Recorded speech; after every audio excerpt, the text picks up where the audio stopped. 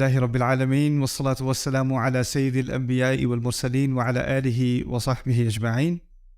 چلیں میں آپ سے اس کورس کے بارے میں کچھ باتیں کرتا ہوں۔ یہ کورس اصل میں اس کی شروعات ہوئی تھی جب میں کالج میں تھا، اور کالج میں میں نے ایک کورس لیا تھا کمپیریٹیو لٹریچر۔ اس میں فلسفے کی کچھ کتابیں، اس میں بائبل، اس میں یونائٹڈ اسٹیٹس کانسٹیٹیوشن، اور اس میں قرآن کا بھی کچھ حصہ ہمارے کورس اسٹڈی کا حصہ تھا۔ ہمارا پروفیسر تو لٹریچر کا پروفیسر تھا، اور سارا مٹیریل انگلش میں تھا۔ اور اس میں ایک ہمیں ہوم ورک اسائنمنٹ دی گئی تھی۔ میرا پہلا سیمسٹر تھا کالج میں، نیو یارک میں، اور اسائنمنٹ یہ تھی کہ بائبل میں جوسف کی کہانی جو ہے، story of Joseph in the book of Genesis, اس کا آپ نے تقابل کرنا ہے قرآن میں سورہ یوسف سے۔ سورہ یوسف 12ویں سورت میں سیم اسٹوری آف جوسف، اور یہاں پر بائبل کی اسٹوری، ان دونوں کا آپس میں کیا تعلق ہے، ان کا کیا کمپیریسن ہے۔ تو مجھے جب یہ اسائنمنٹ ملی، میں نے پہلی دفعہ سورہ یوسف ترجمے کے ساتھ پڑھی، انگلش ترجمے کے ساتھ، اور مجھے وہ بہت ہی کنفیوزنگ لگی۔ پہلے میں نے بائبل کی اسٹوری پڑھی تھی۔ اچھا، بائبل کی اسٹوری میں نام بھی ہے، ماں کا نام بھی ہے، باپ کا نام بھی ہے، بھائیوں کا نام بھی ہے، کہاں پر رہتے تھے، کون سے گاؤں میں رہتے تھے، مصر کیسے پہنچے، مصر میں کس علاقے پر پہنچے، وہ جو منسٹر تھا عزیز، اس کا کیا نام تھا، اس کی بیوی کا کیا نام تھا، ساری معلومات تھیں۔ آپ قرآن پڑھو تو نہ بھائیوں کا نام، نہ ماں کا تو ذکر بھی نہیں، اور پھر جو بائبل میں قصہ ہے اس میں جگہوں کے نام، یہاں پر جگہوں کا بھی کوئی ذکر نہیں، کوئی خاص نہیں، بس مصر کا ایک لفظ کہہ دیا ایک دفعہ بس۔ اب وہ مصر کا باقاعدہ منسٹر ہے، لیکن اس کو بھی العزیز، یعنی جس کے پاس اقتدار ہو، بس اتنی سی بات کہہ کے آگے بات چلتی۔ اس کی بیوی کا نام نہیں، کوئی بھی تفاصیل نہیں۔ تو لگا یہ کہ قرآن میں بہت ساری معلومات مسنگ ہیں، بائبل میں بہت زیادہ معلومات ہیں اور قرآن میں بہت ساری چیزیں مسنگ ہیں۔ اور اس بات سے مجھے ایک کنفیوژن بھی ہوئی اور غصہ بھی آیا کہ ایک انا ہوتی ہے نا، پیدائشی مسلمان ہے، اور اب لگ یہ رہا ہے کہ بائبل جیت رہی ہے، مذہبی اعتبار سے بھی نہیں، لیکن ایک ہیریٹیج ہے ہماری، میں مسلمان ہوں، پیدائشی مسلمان ہوں، اور ہمیں قرآن پر فخر ہے، سمجھ آتا ہو نہ ہو فخر ضرور ہے، اور بچپن سے یہ سنا ہے کہ اس کا ایک ایک لفظ ایک ایک مقام پر بالکل پرفیکٹ ہے، اس سے آپ ایک لفظ کو اپنی جگہ سے ہٹا نہیں سکتے، اور اس میں کوئی چیز نہ زیادہ کی جا سکتی ہے نہ کم کی جا سکتی ہے۔ تو لا یأتیہ الباطل، اس پہ تو کوئی باطل آ ہی نہیں سکتا۔ تو اس غصے کی وجہ سے مجھے سمجھنے کی خواہش ہوئی کہ میں اس قرآن کو، شاید ترجمے میں کچھ مسنگ ہے، شاید عربی میں کوئی ایسی بات ہو رہی ہے جو ترجمے میں مسنگ ہے، اور اس وقت سے میری ایک دلچسپی ہوئی قرآن کو بغیر ترجمے کے سمجھنے میں۔ اور جب میں نے عربی کے بعد قرآن کا مطالعہ شروع کیا تو میرے ذہن میں اور بھی مزید سوال آنے شروع ہو گئے، کیونکہ اللہ تعالیٰ قرآن میں جب بات کرتے ہیں، آپ نے کسی میں تھوڑا سا بھی قرآن پڑھا ہو تو قرآن میں کچھ ایسی کوالٹیز ہیں جو اور کتابوں میں نہیں ہیں۔ اللہ تعالیٰ فرض کریں کبھی تقوی کی بات کرتے ہیں، لیکن ایک دفعہ نہیں کرتے، بار بار کرتے ہیں، 200 سے زیادہ مرتبہ ایک ہی مضمون پہ، تقوی پہ ذکر کیا جا رہا ہے، تقوی کا۔ اگر کسی ایک قصے کی بات ہو رہی ہے، موسیٰ علیہ السلام کا قصہ ہو رہا ہے، تو وہ ایک مقام پر مکمل بات نہیں کی جا رہی، تھوڑی سی یہاں، تھوڑی سی وہاں، تھوڑی سی وہاں، یعنی ٹوٹا ہوا ایک چھوٹا سا ٹکڑا ادھر، ایک ٹکڑا ادھر، ایک ٹکڑا ادھر۔ پھر دوسری بات، اگر قصہ دوبارہ دہرایا بھی جا رہا ہے تو اس کی تقریباً کچھ تفاصیل وہی ہیں جو پہلے بھی کہی جا چکی ہیں، تو دوبارہ کہنے کا کیا فائدہ؟ آپ کسی اور کتاب کو کھول لو، اس میں اگر کوئی پرانی بات، یا چیپٹر 5 پہ آپ پہنچے ہو، 5ویں باب پہ پہنچے ہو، اور اس میں تیسرے باب کا کوئی حوالہ دینا ہوتا ہے، تو جو کاتب ہوتا ہے، آتھر ہوتا ہے، وہ کہہ دیتا ہے آپ فلانے پیج پہ چلے جائیں، اس بات کا وہاں ذکر ہو چکا ہے۔ وہ پوری بات دوبارہ نہیں چھاپے گا، وہ صفحے کو ضائع نہیں کرے گا، رائٹ؟ لیکن قرآن میں ایسی بات نہیں ہے۔ قرآن جب آپ کتاب کے طور پہ پڑھتے ہو تو جو بات آپ نے پہلے پڑھی تھی وہی بعد میں بھی آ رہی ہے، کبھی کبھی وہی جملہ، وہی آیت، وہی ذکر، لفظ بہ لفظ دوبارہ ریپیٹ ہو رہا ہے۔ پھر دوسری بات کہ عام کتاب میں ایک ترتیب ہوتی ہے، پہلا چیپٹر، دوسرا چیپٹر، تیسرا چیپٹر. جو بات آپ نے پہلے میں سیکھ لی وہ آپ نے دوسرے میں نہیں سیکھنی، اس کی بنیاد پر دوسرے کی بات ہوگی، پہلے دو کی بنیاد پر تیسرے چیپٹر کی بات ہوگی. اور اسی طرح ترتیب سے جتنا آپ آگے جاؤ گے اتنا مضمون آگے بڑھتا چلا جائے گا. اور اگر آپ مضمونوں کی یا چیپٹرز کی، ابواب کی ترتیب کو ادھر ادھر کرو گے نا تو کتاب کی کوئی تک نہیں بنے گی، کچھ سمجھ نہیں آئے گی یہ کیا ہو رہا ہے. لیکن قرآن کے اندر اگر آپ فرض کریں کوئی سورۃ العصر پڑھتا ہے اور اس کے بعد جا کے سورۃ البقرہ پڑھتا ہے اور اس کے بعد جا کے سورۃ التوبہ پڑھتا ہے، نویں سورت، پھر جا کے سورۃ الناس پڑھتا ہے، آخری سورت، بات پھر بھی اس کو سمجھ آ جائے گی. یعنی وہ ایک طرح سے ان میں سے ہر ایک سورت انڈیپینڈنٹ ہے، وہ خود سے ہی ایک کتاب ہے، اس کا کسی باقی حصے سے لگتا ہے کہ کوئی تعلق ہے یا نہیں ہے، کچھ سمجھ نہیں آ رہی. بات اور کتابوں کی طرح نہیں ہے. میں دینی اعتبار سے بات نہیں کر رہا، ادبی اعتبار سے بات کر رہا ہوں. آپ کسی بھی کتاب کو دیکھ لیں، اس کا سٹرکچر، اس کا نظام قرآن کی طرح کا نہیں ہے، اس کا سٹائل قرآن کی طرح کا نہیں ہے. تو یہ چیزیں جب میں نے نوٹ کی عربی میں بھی، تو پہلے تو میں سمجھ رہا تھا بات کو اور تفسیر کا مطالعہ میں نے شروع کر دیا تھا، لیکن یہ سوالات میرے ذہن میں رہے کہ قرآن اس طرح کیوں ہے، اللہ تعالیٰ اس طرح بات کیوں کرتے ہیں، اس کا کیا مقصد ہے. اور پھر دوسری بات کہ سورت کے اندر بھی، ایک سورت کے اندر جس طرح کسی کتاب میں عنوان ہوتا ہے، چیپٹر کا عنوان ہوتا ہے، آپ کو پتہ چل جاتا ہے کہ اس پورے چیپٹر میں اس پر بات ہوگی. آپ آل عمران کو کھولیں، آل عمران کا مطلب ہے عمران کا گھرانہ. آل عمران کی 200 آیات کا آپ مطالعہ کریں، عمران کے گھرانے پہ بہت تھوڑی آیات ہیں، اکثریت کسی اور چیز کے بارے میں بات ہو رہی. سورۃ البقرہ کوئی چیپٹر کا نام پڑھ لے، بقرہ، وہ کیا سمجھے گا کیا بات ہونی ہے اس کے اندر؟ گائے کے بارے میں بات ہو رہی ہے، بھینس کے بارے میں بات ہونی ہے، اور کیا بات ہونی ہے. لیکن جب آپ پڑھتے ہو تو وہاں ایک قصے کا ذکر تو ہے، لیکن وہاں بہت ساری باتیں اور ہر طرح کی بات ہو رہی ہے اس کے اندر. تو ان سوالات کے جواب کی تلاش میں نکلا، اور ان کا جواب مجھے نہ ترجمے میں ملا.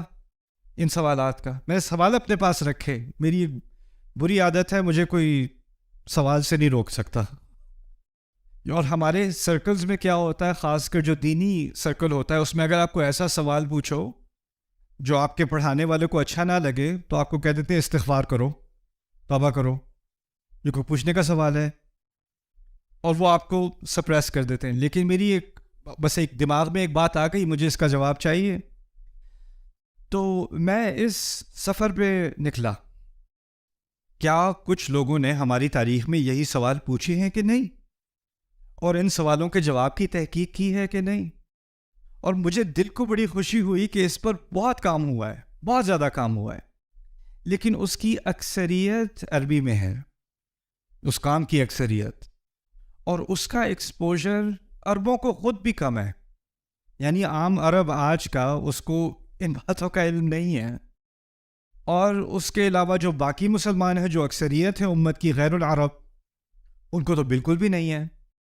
اور پھر دوسری بات یہ کہ یہ جو کتابیں ہیں جن میں ان باتوں کے بارے میں کچھ بات سکھائی گئی ہے، وہ ایسی علمی کتابیں ہیں، ایسی ٹیکنیکل کتابیں ہیں کہ اگر میں آپ کو ان کتابوں کا حوالہ دینا شروع کر دوں تو آپ کو پہلے ہی بات سمجھ نہیں آئے گی کہ وہ بات ہی اتنی پیچیدہ طریقے سے بات بیان کی جا رہی ہے. تو اس کورس، میں نے ایک کورس تیار کیا تھا 2005 میں، 2005 میں، ڈیوائن سپیچ کے نام سے. اس کا مقصد یہ تھا کہ تمام تحقیق ایک ویکینڈ میں کسی ایسے مسلمان کے سامنے میں پیش کروں جس کا عربی میں کوئی بیک گراؤنڈ نہیں ہے، اس کو بالکل عربی نہیں آتی، اس کو بالکل تفسیر کا کوئی علم نہیں ہے، لیکن اس نے قرآن کا ترجمہ کھولا اور پڑھنا شروع کیا. اس کو کنفیوژن ہوئی کہ یہ کیا ہو رہا ہے، اس کتاب کے اندر کیا ہو رہا ہے. اور میں اس کے سامنے یہ بات واضح کرنا چاہ رہا ہوں کہ میں اس تحقیق کے بعد اس نتیجے پر کیسے پہنچا کہ یہ ایک انسان کے لیے ممکن ہے ہی نہیں. یہ کلام انسان کے لیے ممکن نہیں ہے. اب جو شروع سے بچپن والا دعویٰ میں سنتا آ رہا ہوں نا کہ یہ قرآن انسان کے لیے اس قسم کا کلام کہنا ممکن نہیں ہے، اس کی بنیاد تھی کہ مجھ سے بڑوں نے کہا ہے، میرے والدین نے کہا ہے، امام مسجد نے کہا ہے، میں نے بار بار یہ بات خطبوں میں سنی ہے، میں نے مان لی. میرے پاس اس کی اپنی کوئی ذاتی دلیل نہیں تھی، کسی کی سنی ہوئی بات میں نے مان لی. لیکن اگر میں صرف اسی بنیاد پر اس کا اعتماد کروں کہ ہاں اس کے مقابلے میں کوئی چیز ہو ہی نہیں سکتی، اور اس کا مجھے کوئی فرسٹ ہینڈ یعنی براہ راست کوئی تجربہ نہیں ہے، کوئی علم نہیں ہے، تو پھر میں کسی اور پہ اعتماد کر کے اپنے ایمان کا سہارا لیے ہوئے ہوں. قرآن بار بار کہہ رہا ہے افلا تعقلون، سوچتے کیوں نہیں، سوچتے کیوں نہیں، سوچتے کیوں نہیں. اور ہم کہہ رہے ہیں کسی اور نے سوچ لیا وہ ہمارے لیے کافی ہے.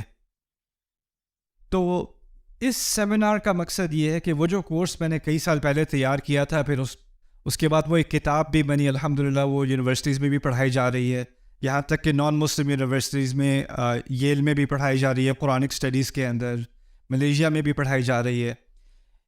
ان 10 دنوں میں اس کتاب کا خلاصہ آپ کے سامنے پیش کرنا چاہ رہا ہوں، اور اس ایک سوال کا ہم جواب ڈھونڈ رہے ہیں. میں اپنے لیے، میں آپ کے لیے بھی نہیں، میں صرف اپنے لیے اس ایک سوال کے جواب میں یہ بات پیش کر رہا ہوں.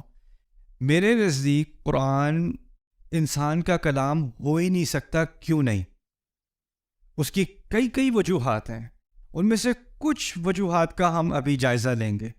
تو جو قرآن، جس کو اس کورس کا نام میں نے رکھا ہے آخری معجزہ، آپ کو پتہ ہوگا نا، تو یہ جو نام میں نے رکھا ہے نا، اس کے بارے میں ایک دو باتیں پہلے سمجھ لیں، پھر ہم اپنا کام آج کا شروع کرتے ہیں. ویسے ہم آج بیہائنڈ ہیں، میرا مقصد تھا آج فاتحہ کے بارے میں مکمل بات ہو جائے گی، مجھے نہیں لگتا کہ ہوگی، لیکن کوشش کریں گے انشاءاللہ. میں رش نہیں کروں گا، اگر زیادہ ٹائم چاہیے تو کل کر لیں گے، اگلے دن کر لیں گے انشاءاللہ، لیکن میں مٹیریل کو رش نہیں کرنا چاہ رہا. میں چاہتا ہوں کہ آرام سے ایک چیز کو آپ صحیح طرح سے سمجھیں، اس کے بارے میں سوال ہوں تو آپ کو سوال پوچھنے کا بھی موقع ملے. قرآن کے معجزے کے بارے میں ایک بات سمجھ لیں. اگر کوئی سمندر میں غوطہ لگاتا ہے، گہرائی میں اترتا ہے، وہاں اس کو موتی ملتا ہے یا کوئی خاص قسم کی مچھلی ملتی ہے، اور وہ نکال کے وہ لاتا ہے اور کہتا ہے یہ دیکھو میں نے کیا ڈھونڈا سمندر میں سے، اور وہ یہ دعویٰ کرے کہ اصل جو سمندر کا خزانہ ہے نا وہ میرے ہاتھ میں ہے، کیا اس کا دعویٰ صحیح ہوگا؟ سمندر بہت بڑی چیز ہے، آپ بہت چھوٹی چیز ہو. آپ جتنے بھی غوطے لگا لو، پوری زندگی غوطے لگاتے رہو، آپ کے پاس اتنے سے موتی آنے ہیں آپ کے ہاتھ میں، اور باقی کتنے لامعلوم خزانے پیچھے رہ گئے، نامعلوم خزانے آپ کو پتہ بھی نہیں، دنیا کو بھی نہیں پتہ. قرآن کی مثال اللہ تعالیٰ نے خود دی ہے ایک سمندر کی طرح کی، بلکہ ایک نہیں، کئی سمندر کی طرح. قل لو كان البحر مدادا لكلمات ربي لنفد البحر قبل ان تنفد كلمات ربي ولو جئنا بمثله مددا. کہہ دو کہ اگر میرے کلمات، میرے الفاظ سمندر کی طرح ہوتے، اس کی مثال دی اللہ تعالیٰ نے. اب سمندر کی مثال سے کیا فائدہ ہوا؟ ہم قرآن میں تدبر کرتے ہیں جیسے کوئی غوطہ لگانے والا سمندر میں غوطہ لگاتا ہے. اگر میں ساری زندگی سمندر کے اندر گزار دوں نا اپنی، تو میرے جسم پہ، پورے جسم پہ کچھ قطرے ہی لگے ہوں گے. میں نے پورے سمندر کا تجربہ نہیں کیا، اور میں گہرائی میں بھی اتر جاؤں تو میرے ہاتھ میں 1-2 موتی آنے ہیں، 5-6 آنے ہیں، 500 آ جانے ہیں، 1000 آ جانے ہیں.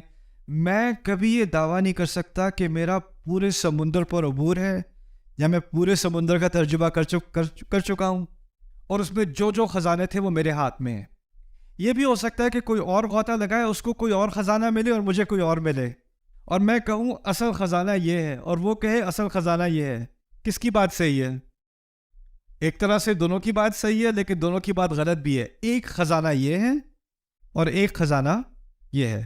یہ بھی ہو سکتا ہے کہ وہ میرے خزانے کو دیکھے، میرے موتی کو دیکھے کہ یہ تو بس صحیح ہے، لیکن اصل چیز یہ ہے، میرے نزدیک بہتر خزانہ یہ والا ہے.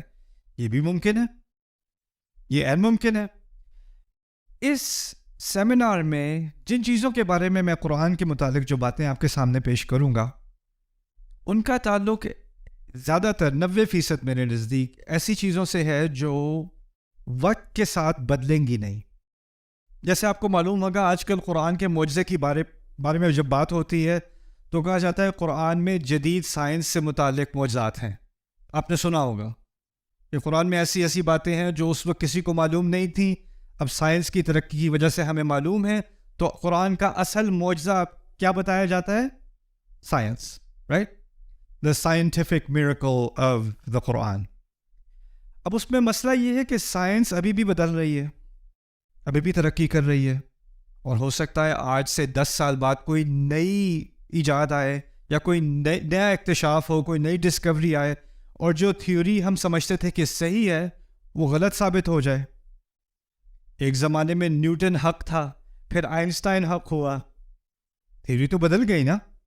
اب جب ایک دفعہ تھیوری بدل گئی، اب پرانی تھیوری سے آپ نے قرآن کو جوڑ دیا کہ قرآن کا معجزہ اس تھیوری کے ساتھ ہے، آگے جا کے وہ تھیوری غلط ثابت ہو گئی، مسئلہ تو کھڑا ہو گیا نا۔